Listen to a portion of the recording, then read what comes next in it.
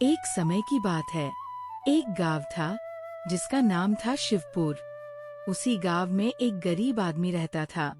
उसका नाम था गंगाराम। गंगाराम बहुत ही गरीब आदमी था। गंगाराम के पास एक पुरानी बैलगाड़ी थी, जिससे वो लोगों को गांव से शहर ले जाया करता था और कुछ पैसा कमा लिया करता था। उसी से उसका और उसके परिवार का गुजारा चलता था। गांव के लोग जब शहर जाते तो घोड़ा गाड़ी से ही जाया करते थे। गंगाराम के बैलगाड़ी से सफर लगभग ना के बराबर लोग करते थे। गंगाराम के पास इतना पैसा नहीं था कि वह एक घोड़ा खरीदकर उसे तांगा बना ले। गंगाराम की मजबूरी को कोई नहीं समझता, बल्कि कुछ गांव के लोग उसके मजबूरी को, लाचारी को देखकर उसे चिढ़ाया भी करते थे। एक दिन रघु नाम का एक तांगा वाला बोला, अरे गंगाराम, कब तक इस बैलगाड़ी को चलाएगा? तेरे बैल तो बूढ़े हो गए हैं, खासकर वह काला वाला बैल। उसके पैर का घाव तो मैं 2 साल से देख रहा हूँ, अब तक नहीं भरा। लगता है जल्द ही मर जाएगा। हा हा हा। और तेरी गाड़ी भी अब बहुत पुरानी हो गई है। मेरी मान, घोड़ा गाड़ी खरीद ले। गंगाराम ने उदास होते हुए कहा, रघु भाई, मेरे पास इतने पैसे नहीं है। यही बुढ़े बैल मुझे और मेरे बच्चों को रोटी दिलाते हैं। इन्हें देखकर मुझे बहुत दुख होता है, खासकर उस काले बैल को। उसके इलाज के लिए भी मेरे पास पैसे नहीं है। जो कर सकता हूँ वो मैं कर रहा हूँ, लेकिन घाव फिर भी नहीं भर रहा। मैं क्या करूँ? मेरी किस्मत ही खराब है। उसी समय एक आदमी आया और बोला। भैया, मुझे शहर जाना है। गंगाराम ने कहा, आ जाओ भाई। लेकिन वो आदमी बोला, नहीं नहीं भाई, तेरे बैलगाड़ी से नहीं, मैं तो घोड़ा गाड़ी से जाऊंगा। गंगाराम को बहुत दुख हुआ। उसने सोचा, अब सवारी भी हाथ से निकल गई। घर पर बच्चों को क्या खिलाऊंगा? बैलों को क्या चारा खिलाऊंगा? अगले दिन एक गरीब आदमी दौड़ता हुआ आया और बोला, भैया, मेरी पत्नी बहुत ही बीमार है। मुझे शहर जाना है, लेकिन मेरे पास पैसे नहीं है। कृपा करके मुझे शहर ले चलो। रघु तांगा वाला तुरंत बोला, अगर पैसे नहीं है तो पैदल ही चले जाओ भाई, मैं नहीं ले जा सकता। सुबह सुबह आकर हमारा समय मत खराब कर। गंगाराम का दिल ये सुनकर पिघल गया। भाई चिंता मत कर, आ जाओ, मैं तुम्हें शहर ले चलता हूँ। वह आदमी रोते हुए गंगाराम के बैलगाड़ी में बैठ गया। भैया, आप बड़े अच्छे इंसान लगते हो।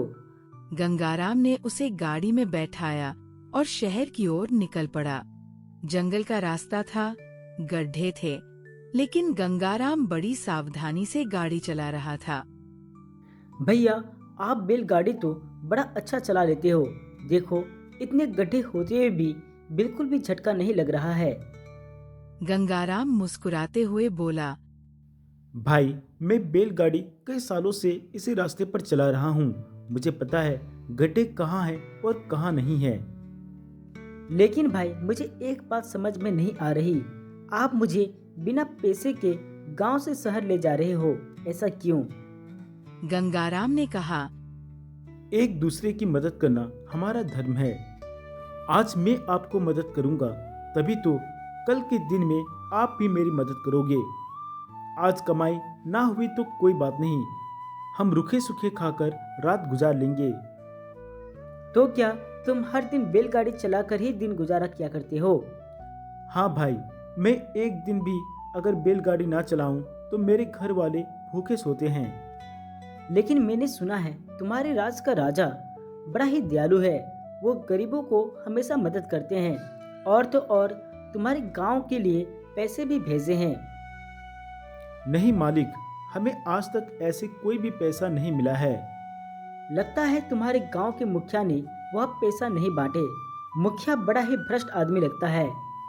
अरे हाँ, इस विषय पर हमने अपने राजा को कई बार पत्र लिखा है, लेकिन हमारे राजा ने अभी तक इस पर ध्यान नहीं दिए हैं। शायद हमारा भाग्य ही खराब है। अब दोनों शहर पहुंच जाते हैं। शहर पहुंचकर वो आदमी मुस्कुराया और बोला, गंगाराम, तुम्हारी निस्वार्थ सेवा देखकर मैं बहुत ही प्रभावित हुआ हूँ। हम बहुत ही जल्द मिलेंगे। अगले दिन राजा के 2 सिपाही गंगाराम के घर पहुँचे। क्या तुम ही गंगाराम हो?